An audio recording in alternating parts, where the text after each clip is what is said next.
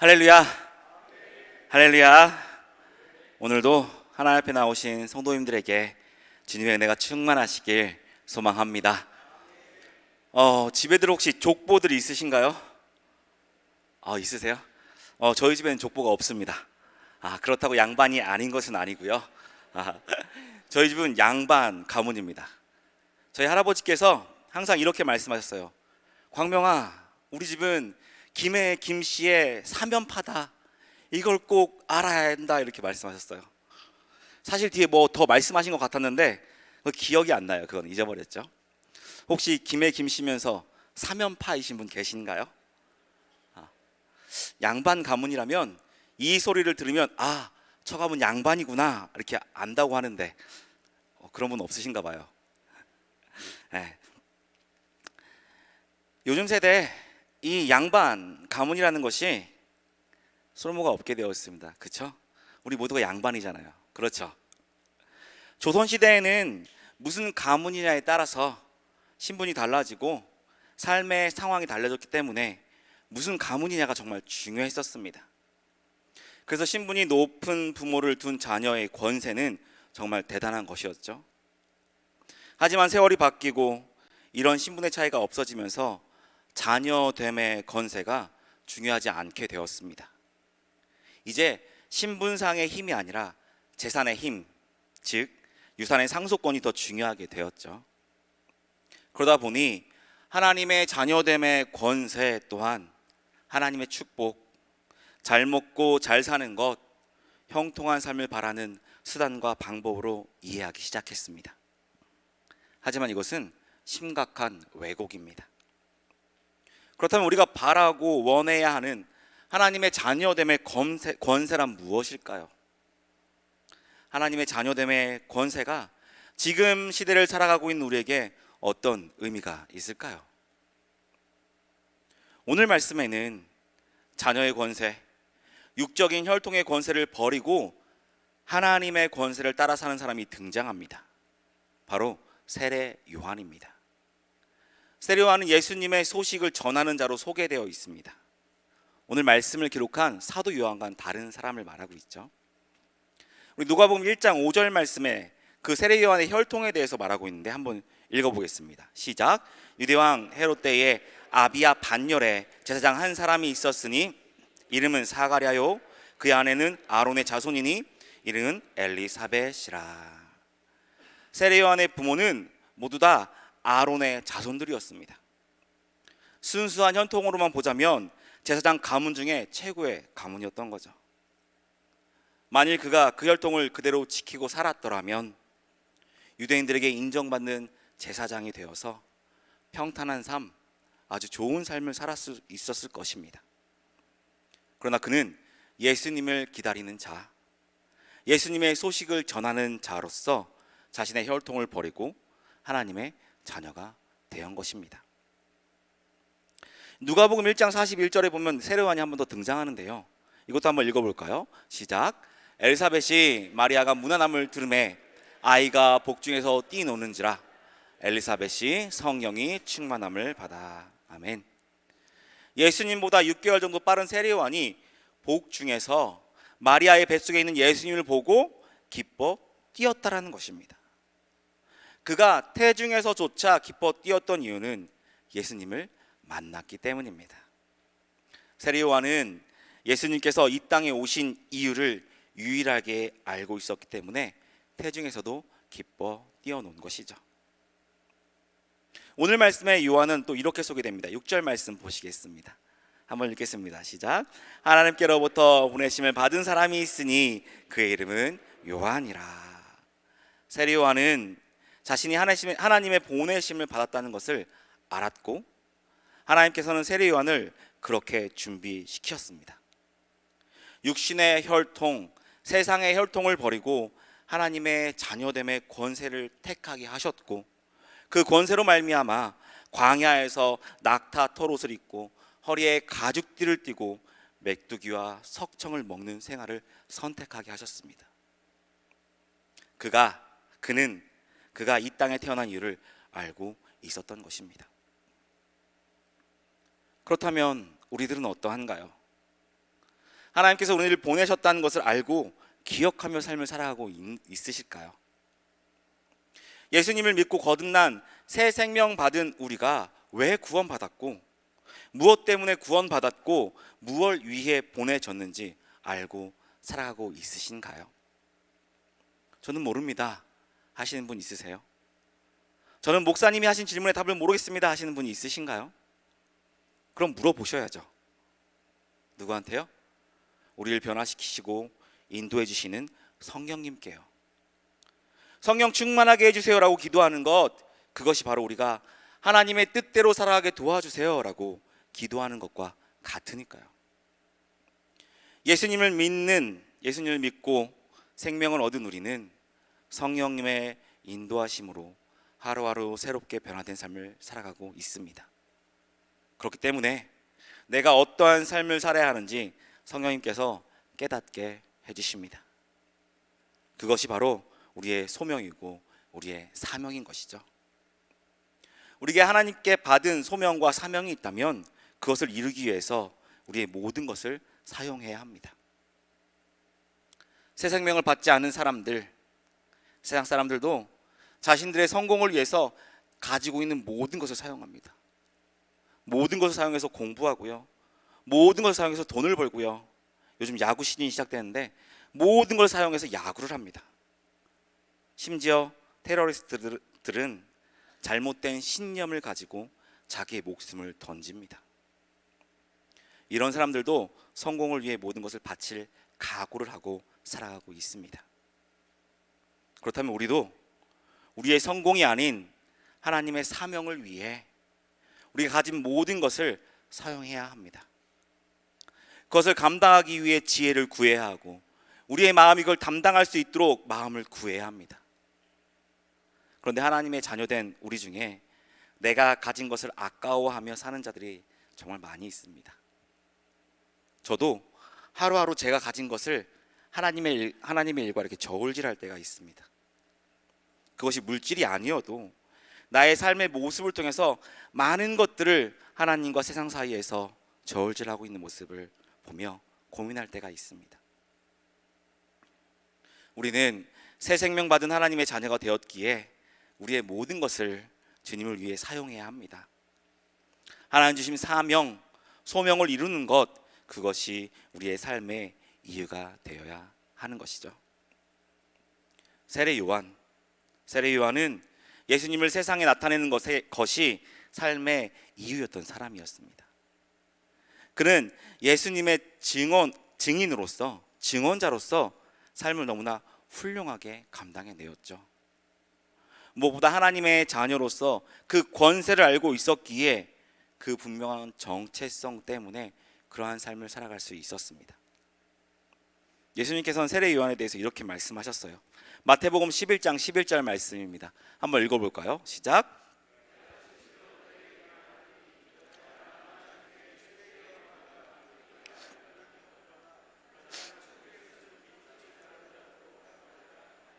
아멘. 예수님의 이 말씀보다 더 큰 칭찬이 어디 있을까요? 그는 2000년 전 예수님에 대해서 아무도 모를 때에 제일 먼저 예수님이 누구신지를 알아서 예수님의 길을 준비했던 사람입니다. 예수님을 믿게 하는 데 자신의 목숨을 사용했던 사람입니다. 세례 요한의 궁극적인 목적은 예수님 때문에 자기 자신이 죽는 것이었습니다. 오늘 말씀 8절 말씀 보시겠습니다. 오늘 말씀 8절입니다. 제가 읽어드리겠습니다. 그는 이 빛이 아니요 이 빛에 대하여 증언하러 온 자라. 그는 계속해서 이야기했어요. 내가 그 빛이 아니다. 나는 그냥 증언자일 뿐이다 라고 얘기했습니다. 사실 이것은 정말 힘든 일이죠. 세례 요한의 그 당시 인기는 이제 막 사역을 시작한 예수님과 비교할 수 없었습니다. 많은 사람들이 세례 요한의 말씀을 듣기를 원했고 세례 요한에게 세례받기를 원했습니다. 그런데 그는 예수님을 증언하면서 이렇게 말합니다. 마가복음 1장 7절에 이렇게 말하는데요. 뭐라고 하냐면 나는 굽혀 그의 신발끈을 풀기도 감당하지 못하겠노라 라고 말합니다. 겸손히 주님을 위해 모든 일을 감당해 내었던 것입니다. 하나님께서는 세례 요한에게 빛을 비춰주셨어요. 사람들의 시선이 그에게 모여들게 하셨어요. 그러나 그 빛은 그를 위한 것이 아닌 예수님을 위해 준비된 빛이었습니다. 그 빛의 주인은 예수님이셨습니다. 우리들이 세상의 빛과 소금이지만 우리는 예수님으로부터 그 빛을 받은 자들입니다. 그렇기 때문에 우리가 세상에 드러나는 것이 아니라 예수님께서 드러나야 하는 것이죠. 세례 요한의 이런 증인된 삶이 예수님께서 그를 인정하게 하신 것입니다. 우리는 늘 겸손히 낮아지는 삶을 살며 예수님께 받은 그 빛으로 예수님을 증언하며 살아야 합니다. 그럼 우리도 예수님께 인정받는 증인이 되는 것입니다. 우리는 우리의 삶의 우선순위가 무엇인지 세례 요한을 통해서 배웁니다. 우선순위가 헛갈리면 괴로울 뿐이죠. 마음속에서 싸우면 불편할 뿐입니다. 세상과 하나님 사이에서 싸우는 건 자진이니까요. 우리의 최우선순위는 예수님이고 예수님을 나타내는 것이고 그분을 증거하고 증언하는 것입니다. 우리의 삶의 모든 것으로 그분을 비춰 드리는 것이 우리의 사명이고 소명입니다. 지금 하나님의 자녀됨의 권세를 말씀드리겠다고 이렇게 말씀했는데 계속해서 제가 말하고 있는 것은 하나님께서 우리에게 주신 권세를 이야기하지 않고 어떤 걸 얘기했죠? 모든 것을 사용해서 겸손해라, 증언하라 말씀드렸습니다. 왜 그럴까요? 이것들이 하나님의 자녀됨의 권세를 받은 자가 해야 할 일이기 때문에 그렇습니다. 오늘 말씀 12절 말씀 같이 한번 읽겠습니다. 시작. 영접하는 자 곧 그 이름을 믿는 자에게는 하나님의 자녀가 되는 권세를 주셨으니 아멘. 이제 하나님의 자녀됨의 권세에 대해서 말씀드리려 합니다. 이 권세는 예수님을 영접하는 자들이 받는 것이라고 말씀하고 있습니다. 시작할 때 말씀드렸던 것처럼 지금 세상은 하나님의 자녀됨의 권세를 세상의 관점으로 바라보고 있습니다. 우리가 사는 세상에서 인생을 살아가는데 가장 강력한 것이 돈이 되었기 때문이죠. 인터넷 게시판에서 한때 이런 말이 있었어요. 부모님이 다른 건 몰라도 건물 하나만 물려주면 된다라고요. 다른 거 다 필요 없다라고요. 실제로 많은 재산을 상속받을 수 있다면 그 권세는 힘이 되고 편리한 것이 됩니다. 그래서 어쩌면 교회는 하나님의 자녀됨의 권세를 천국 기업의 상속권이 아닌 축복권으로 여기고 있지 않은가 생각해 봐야 합니다. 하나님께서 우리를 자녀 삼으시고 영원한 나라를 기업으로 주셨다면 하나님이 우리가 이 땅에 사는 동안 넉넉하게 살기를 바라지 않으실까? 라는 생각인 거죠. 이것은 잘못된 생각입니다. 자녀됨의 권세는 세상에서 복을 받고 잘 되는 것에 관한 이야기가 아니라 그것을 넘어설 수 있는 것을 이야기합니다. 그리스도를 믿으면 잘 살 수 있다라는 이 말은 세상 사람들이 원하는 것이고 그들과 같은 관점에서 잘 먹고 잘 사는 것을 이야기하는 것입니다. 그럼 하나님의 자녀됨의 권세는 무엇일까요? 그것은 바로 생명의 근원이신 하나님께 나오는 것입니다. 우리들이 가지고 있는 본질적인 문제가 무엇인가요? 우리가 가지고 있는 본질적 문제는 생명의 근원이신 하나님께 나오지 못하도록 죄를 가지고 이 땅에 태어났다는 것입니다. 결코 가난과 질병과 우리의 삶의 고통이 삶의 본질적인 문제, 성경에서 말하고 있는 문제가 아니라는 것입니다. 하나님 앞에 나올 수 있도록 죄의 문제가 해결되는 것이 바로 하나님의 자녀됨의 권세입니다. 마음이 몹시 아프고 고난이 찾아오고 몸의 질병을 가지고 살아도 사람들이 나를 인정해주지 않고 그렇게 살아도 주님께서 우리를 인정해 주시고 주님께서 우리를 찾아와 주시고 주님께서 우리를 만나 주시는 것, 가난해도 장애를 가지고 살아도 남들보다 뭐 하나 나은 것이 없이 살아간다 해도 나는 괜찮아. 주님께서 나를 자녀 삼아 주셨고 하늘나라 천국을 기업으로 받았어. 나는 하나님 앞에 나아갈 수 있어 라고 말할 수 있는 것, 이것이 하나님의 자녀됨의 권세입니다.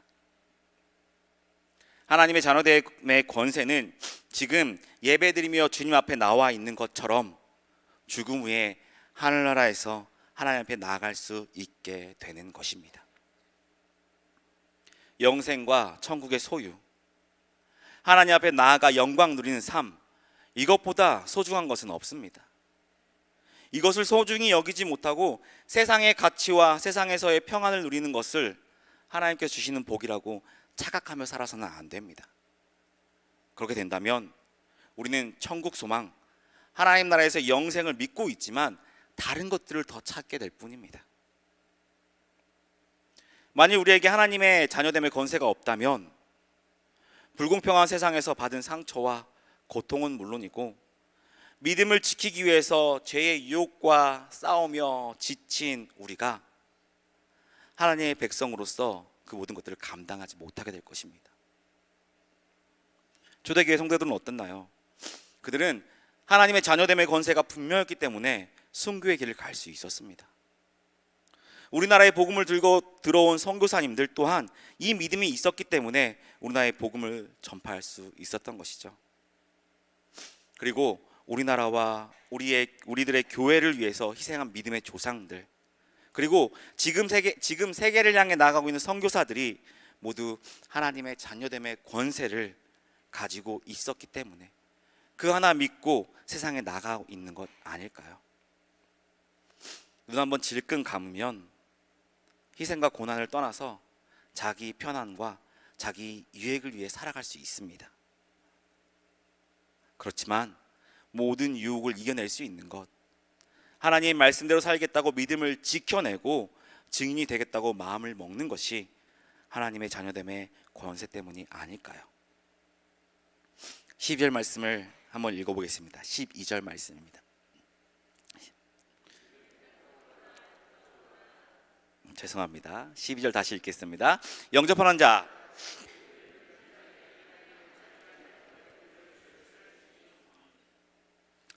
예수님을 영접하는 자들에게 하나님께서 주시는 자녀되는 권세를 주셨기 때문에 앞에서 말씀드렸던 세례 요한처럼 우리의 우선순위를 주님께 두고 주님을 나타내기 위해서 모든 것을 바칠 수가 있게 되는 것입니다. 아무런 유익이 없어도 예수님을 증거하기 위해서 세상으로 나아가는 것, 내가 아무리 조명을 받아도 저는 예수님의 신발끈을 풀기도 힘든 사람입니다 라고 고백할 수 있는 것, 그래서 비록 고난의 자리, 고통의 자리여도 그곳이 하나님께서 원하는 곳이라면 남아 있을 수 있는 것 아닐까요? 우리가 하나님 앞에 나아가는 것, 하늘나라를 기업으로 받았다는 것을 최고의 선물, 가장 소중한 것으로 여겨야 함을 기억하시기 바랍니다. 13절과 14절 말씀 같이 읽도록 하겠습니다.